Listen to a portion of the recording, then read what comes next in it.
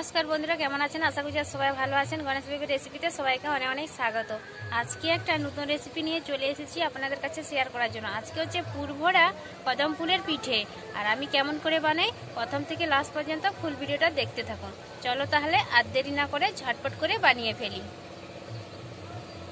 বন্ধুরা, পিঠেটা বানানোর জন্য আমি এখানে একটা বাটি নিয়ে নিয়েছি। বাটির মধ্যে প্রথমে আমি এই চামচ দিয়ে 2 চামচ চালের গুঁড়ি দিয়ে দেবো।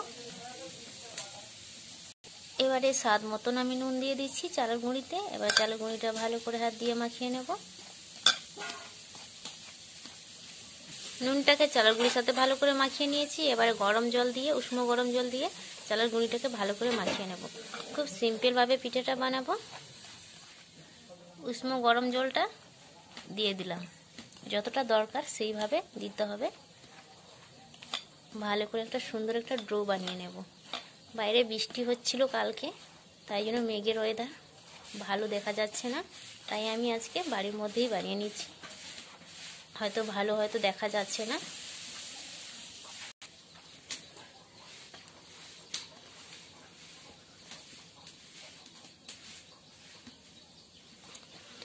ঘরের লাইটে ভিডিওটা বানাচ্ছি তো, তাই হয়তো পরিষ্কার দেখা যাচ্ছে না, কিন্তু চেষ্টা করব যেন সুন্দরভাবে দেখা যায়।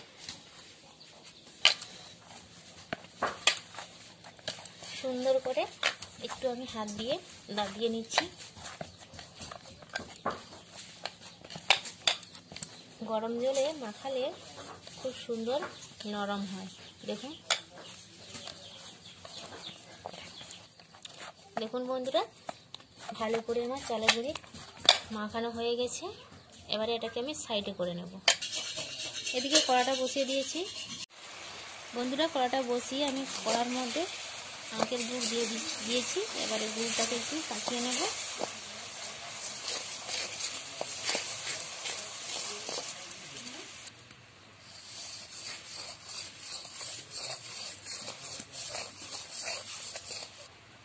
এবারে আমি গুড়ের মধ্যে কুড়ানো নারকেল দিয়ে দিচ্ছি।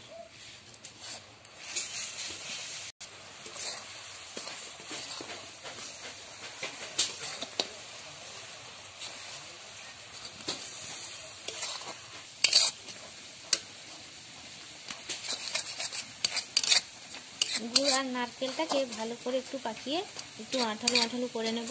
তারপরে আমি নামিয়ে নেব। বন্ধুরা, হয়ে গেছে, এবারে নামিয়ে নেব। বন্ধুরা, পুরটাকে আমি নামিয়ে নিয়েছি। পুরটাকে আমি ঠান্ডা হতে দেব। আর এদিকে আমি বাসমতি চালটাকে আধ ঘন্টা ভিজিয়ে রেখেছিলাম, একটা প্লেটের মধ্যে আমি তুলে নিয়েছি। এটাকেও সাইডে করে নেব। এবারে আমি এরকম ছোট ছোট লেচি কেটে বলের মতন গোল গোল করে নেব। তারপরে বাটির মতন একটু আমি গোল গোল করে নেব এইরকম।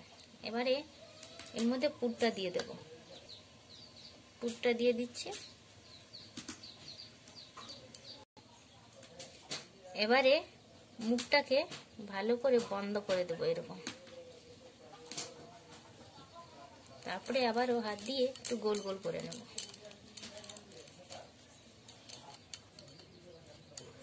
বলের মতন এই যে গোল করে নিয়েছি।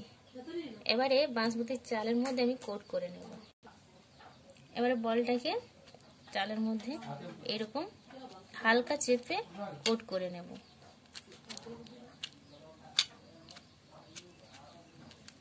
এইভাবে এবারে এটাকে রেখে দেব। সেম ভাবে আরেকটা আমি দেখিয়ে দিচ্ছি। পুরটা দিয়ে দিলাম, মুখটাকে বন্ধ করে দেব।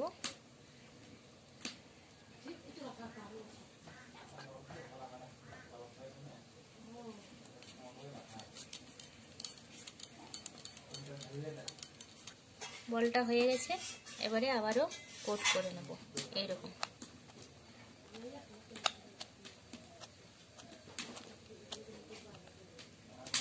এইরকম ভাবে সবগুলোকে কোট করে নেব।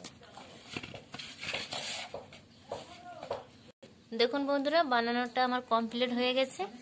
এবারে একটা ছাঁদা বাটি নিয়েছি, এটার মধ্যে আমি তেল ব্রাশ করে নেব। বাটির মধ্যে তেলটা ব্রাশ করে নিয়েছি।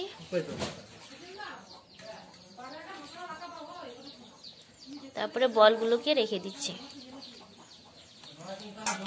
খুব সহজভাবে এই পিঠেটা বানানো, খুবই সহজ, খেতে কিন্তু দুর্দান্ত লাগে। দেখুন, এবারে বাটিটাকে বসিয়ে দেব। গরম জলের মধ্যে বাটিটাকে বসিয়ে দিলাম, এবারে ঢাকাটা দিয়ে দিলাম।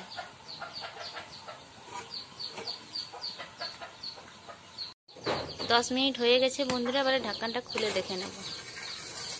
দেখুন বন্ধুরা, পিঠেটা আমার হয়ে গেছে, এবারে নামিয়ে নেব। দেখুন বন্ধুরা, খুব সুন্দর হয়েছে পিঠেটা। এবারে বাটি থেকে একটা প্লেটের মধ্যে তুলে নেব।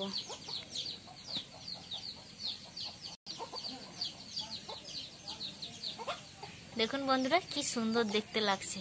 আর এটা কিন্তু খেতেও কিন্তু খুব সুন্দর লাগে। আপনাদেরকে কেটে দেখাবো ভিতরে কেমন দেখতে হয়েছে।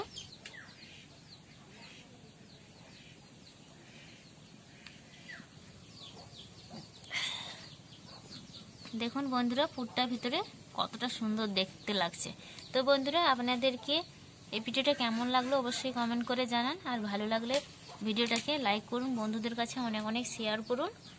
তো বন্ধুরা, সবাই ভালো থাকবে। ভিডিওটা আমি এখানেই শেষ করলাম।